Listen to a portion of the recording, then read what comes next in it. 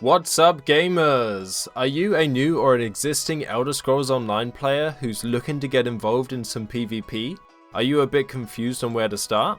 ESO has a deep and sometimes complicated combat system that can be relentless when you're going up against other experienced PvP players.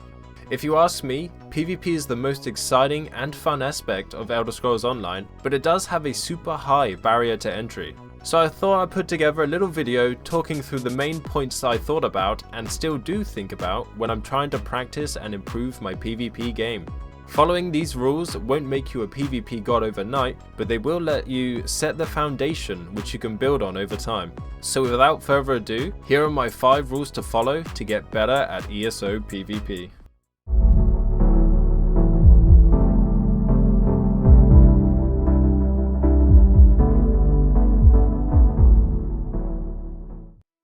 Rule number 1. Build tanky first. A wise man once said, "First you must become unkillable, then you can start to fight back." That wise man was me. It was me. What I mean by that is that staying alive in PvP is the most important thing. You need experience on how to keep yourself alive before you can worry about killing other players. I'm talking about things like positioning, resource management, quickly reacting and breaking free. These are the kinds of things that in time should just become second nature.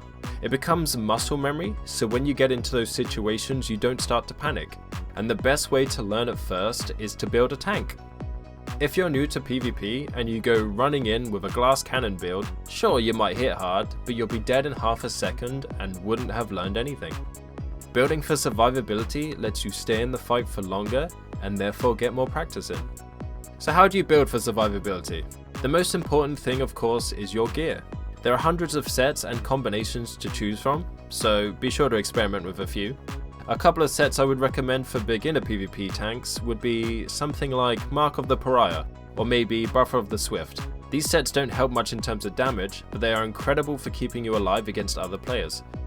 Pair these with a resource sustain set like Wretched Vitality. This is an easy to craft set that buffs your recoveries through the roof.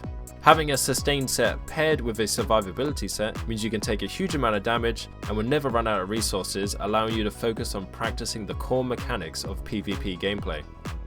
Once you start playing this way and the muscle memory starts kicking in, you'll be reacting to certain situations with ease. And then, when you've beaten those lessons into your head so much that staying alive against Zergs becomes mundane and boring because it's just way too easy, that's when you start adding in the damage. But what I do is I add a little bit of damage in at a time. Start with your Mundus Stone and Jewelry Glyphs, switch the Mundus to the Warrior or the Apprentice and change your glyphs to the damage, and test out your build again. Still find it easy to stay alive? Now's the time to add a damage 5-piece set. Add a proc set to your front bar whilst having a sustain or survivability set on your back bar and see how it feels. Now you'll be able to rack up the kills on the front bar and switch to your back bar easily to stay alive and heal. Having these small transitions into damage will of course help you start racking up the kill count, but also let you stay alive because now you have the experience in how to react to every situation. You're now positioning better in fights, and you're no longer spamming skills in a panic, so you're not running out of resources as quickly. It's all about making the slow adjustments from tank into damage. Rule number 2. Know your enemy. This is incredibly important when it comes to counterplay. Once you become an expert in playing your build, it's time to look at what your opponent is doing. The best PvPers in the game not only have a handle on their own builds, but they also figure out who they're fighting. Almost immediately into a fight, they can tell what class their opponent is, what skills they might use that they need to look out for, and sometimes even what sets they might have on. This is an important skill to learn simply because if you know what your opponent is going to do, then you know the best course of action to counter it. For example, when you see a Warden cast Deep Fissure, you'll know not to stand in front of them. Seeing a Dragonite using Ardent Flame abilities, then you know that big Molten Whip proc is coming. Or even just things like seeing a Dizzy Swing coming so you know to block. When in a fight, you shouldn't be looking at your skill bar or staring at your resources because you're worried you'll run out. You should be looking at your opponent, figuring out their plan, and then just ruining their day. When you're driving, you're not looking down at the gear stick to see what gear you're in, right? No, keep your eyes on the road, that's the dangerous part. Of course, this is all easier said than done, but once you get the hang of it, you'll notice that people will have a harder time killing you when you don't let them play the way they normally play and you upset the rotation. Unfortunately, this does mean that you also have to learn how all the other classes play, to have a better understanding of what you're going to come up against. It's a lot of work, but we all know that getting good at PvP isn't going to be easy. Rule number 3. No dying when you still have resources available. This is a pretty short and simple one. Whenever I die in PvP and I still had plenty of resources left, whether it's magicka or stamina, I ask myself what I did wrong, because most of the time you shouldn't be dying if you're still able to heal or dodge roll or block. Of course, there would be situations you never see coming, and are completely unavoidable, but for the most part, there's always something you could have done better. For example, if I'm playing a Dragon Knight using Dragon Blood, and I die with a ton of magicka left, then why didn't I heal myself? Did I just react too slowly and didn't get the skill off in time? Was I in a bad position to begin with? That meant I got zerged down? Was it the lag? Trick question, it's always the lag. Just blame the lag, you'll feel better. In every situation, there's always something you could have done better. Sometimes what I do is I clip my gameplay and rewatch it. Look for things I could have done differently and improved on. Keep them in mind so you don't end up making the same mistakes again. It might even be that your build has too much sustain, so you have excess magicka and stamina that wouldn't be handy anyway. So you can play around with your build, remove some sustain, and move it into survivability or damage. It's all about finding that right balance. Rule 4. Don't forget the consumables. Eat your food and drink your potions. If you're going into PvP without food and potions, then you're leaving yourself with a huge disadvantage. Don't go into PvP without being fully prepared. Some of the best consumables can cost you quite a bit of gold, but trust me when I say it definitely helps. Things like bewitched sugar skulls are a great food that increases your max stats, which is super helpful. Then just get hold of some simple tri-stat potions, which you probably have loads lying around anyway because of crown crates and daily login rewards.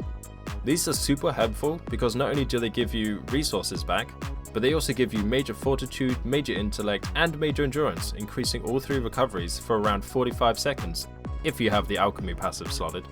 9 out of 10 fights are usually over after 45 seconds, so that's an increased 30% recoveries every single fight for just hitting the potion button. Don't sleep on those consumables, everyone, because it could be the difference between life and death. And that brings me to my 5th and final rule. This is pretty much just a combination of all the other rules that I've talked about. It's just experience. It's as simple as that. The more you play, the better it will get.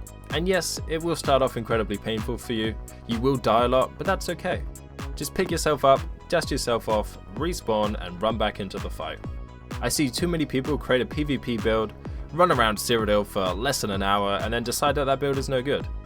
ESO has an in-depth, complicated combat system that takes a very long time to master, but just starting with the basics and improving a little every day will have you dominating the battlefield before you know it. So there are my 5 rules that I follow for PvP. I hope they can help you in your PvP journey. I see a lot of people intimidated by PvP because they don't want to die and look bad, but it happens to all of us. In my experience, PvP is way more fun to play when you don't take it too seriously. And that's really what it's all about. You know, having fun. Thank you so much for watching, everyone. Be sure to leave a like and subscribe if you enjoyed the video and found it helpful. If you have any more advice to give to new PvP players, leave them down in the comments.